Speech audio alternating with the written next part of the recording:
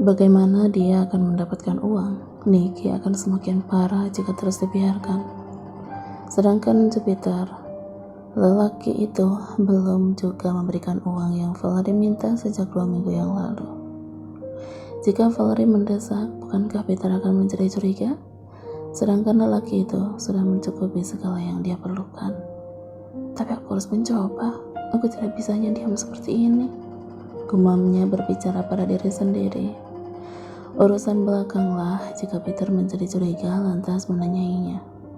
Valerie harus mendapatkan uang itu sesegera mungkin sebelum Nikki semakin parah lagi.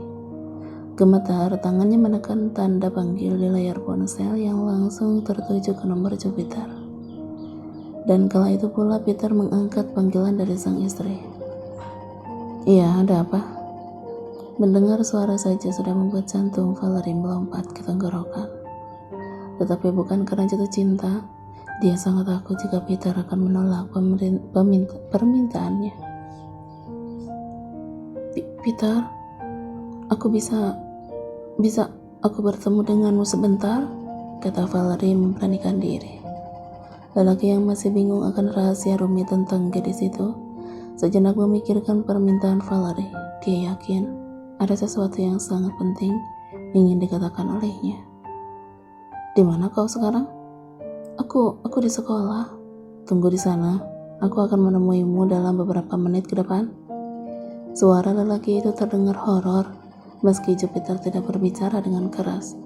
Valerie sangat takut jika nanti Jupiter akan menanyakan banyak hal kepadanya. Berkali-kali Valerie meremas tangannya untuk menghilangkan kegugupan yang terus mengganggu pikiran. Tidak lama Jupiter sudah berada di sekolah tempat Rainer belajar. Lelaki itu menyuruh Valerie menemuinya di parkiran sekolah. Ada apa? Tanya Peter begitu Valerie duduk di kursi penumpang. Apa yang akan Valerie katakan untuk memulai pembicaraan ini? Sebelumnya Valerie meminta Peter menggajinya untuk mengurus Rainer. Tidak ada hubungan yang begitu dekat seperti yang sekarang terjadi. Tidak ada kesepakatan akan rujuk apalagi tidur bersama. Tetapi setelah semua mereka lalui, pantaskah Valerie kembali membahas gaji? Dia sangat takut, tapi tidak pilihan lain selain mengutarakan keinginannya.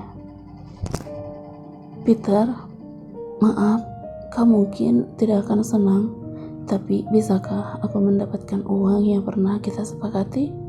Ini sangat lancang, aku tahu itu, tapi aku tidak punya pilihan lain. Bahkan jika Peter menjadi benci setelah ini.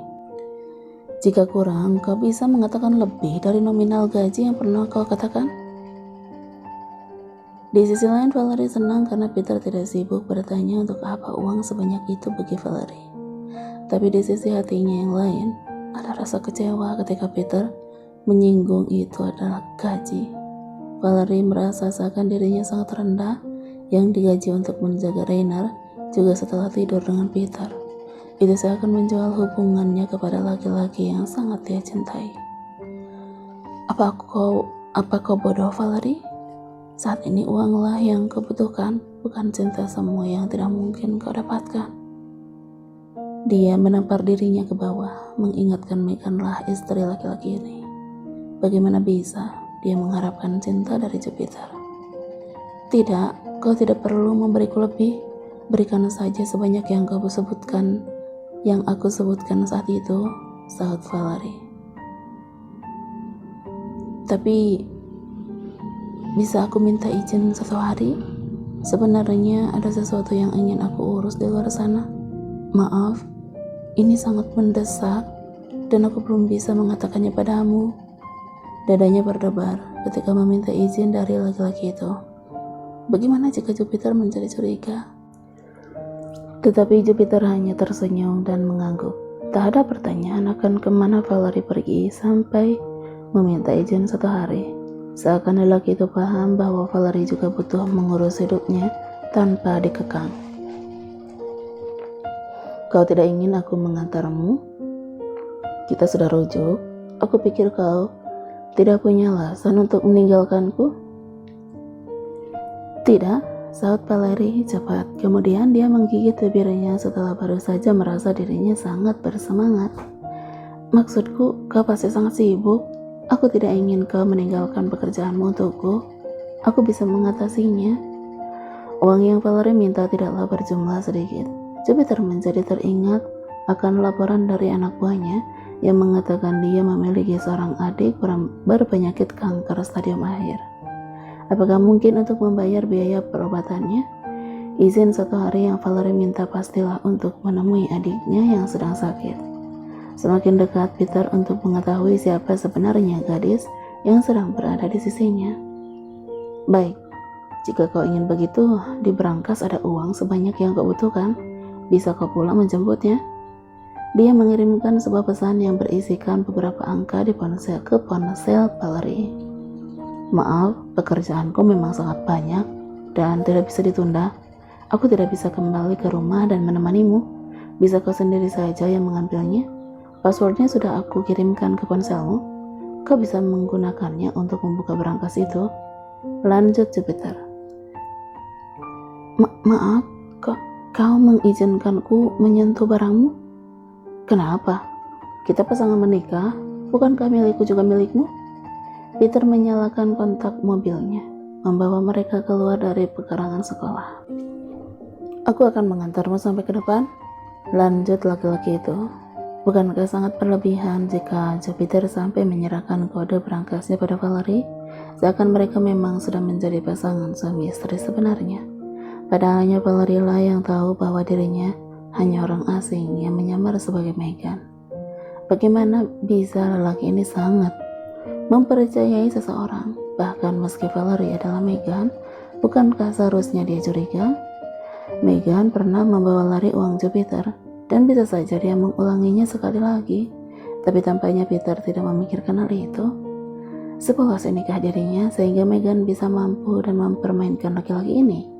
Mata Valerie tidak bisa lepas dari wajah laki-laki yang fokus menyetir. Jangan melamun, pergilah pulang dengan taksi. Aku sudah menghubungi rumah dan meminta salah satu pelayan untuk menemani Rainer di sekolah. Dan sekali lagi maaf karena aku harus kembali ke kantor sekarang, kata Peter.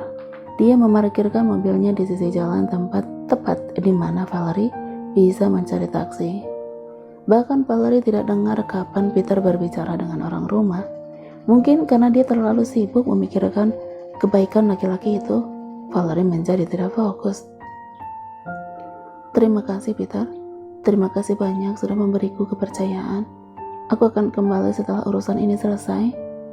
Valerie masih belum percaya jika dibalik kerasnya Jupiter, dia memiliki hati yang mudah luluh. Jika bukan karena urusan Nicky yang sangat mendesak, tidak ingin rasanya Valerie meninggalkan mobil itu dan menemani Peter meski sebentar lagi. Mengingat Nicky, Valerie buru-buru turun dari dalam mobil laki-laki itu.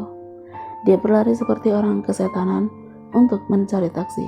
Yang ada di pikirannya hanyalah segera menjemput uang yang Peter berikan, membawanya ke rumah sakit di tempat Nicky dirawat. Jika Valerie berpikir Jupiter terlalu polos atau bodoh, jelas gadis itu salah. Peter sudah memikirkan rencananya ketika Valerie mengatakan membutuhkan uang itu hari ini juga. Dan kekhawatiran di wajah Valerie sangat jelas.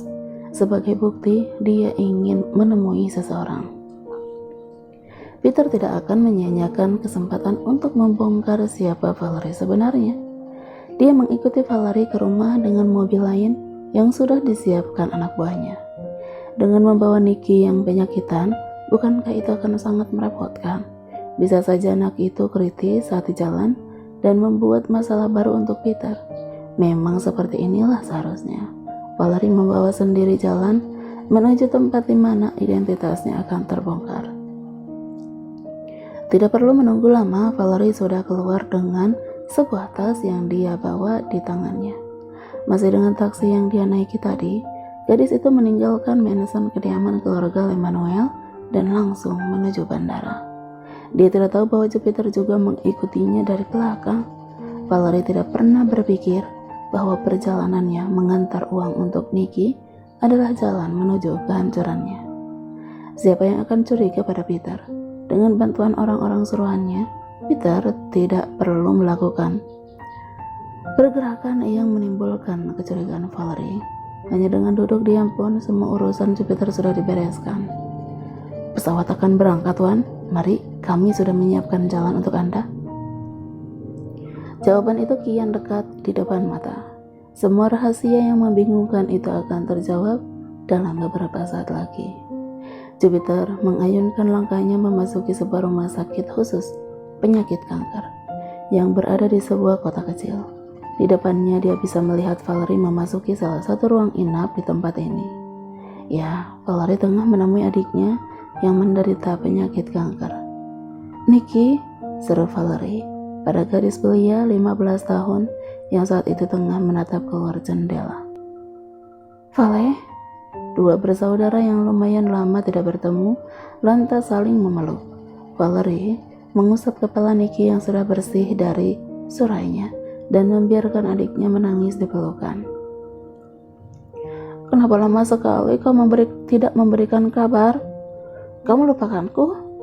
Pertanyaan yang seakan menjadi tuduhan, tapi Valerie bisa memahami perasaan adiknya yang pasti sangat merindukannya, jadi dia tidak membantahnya.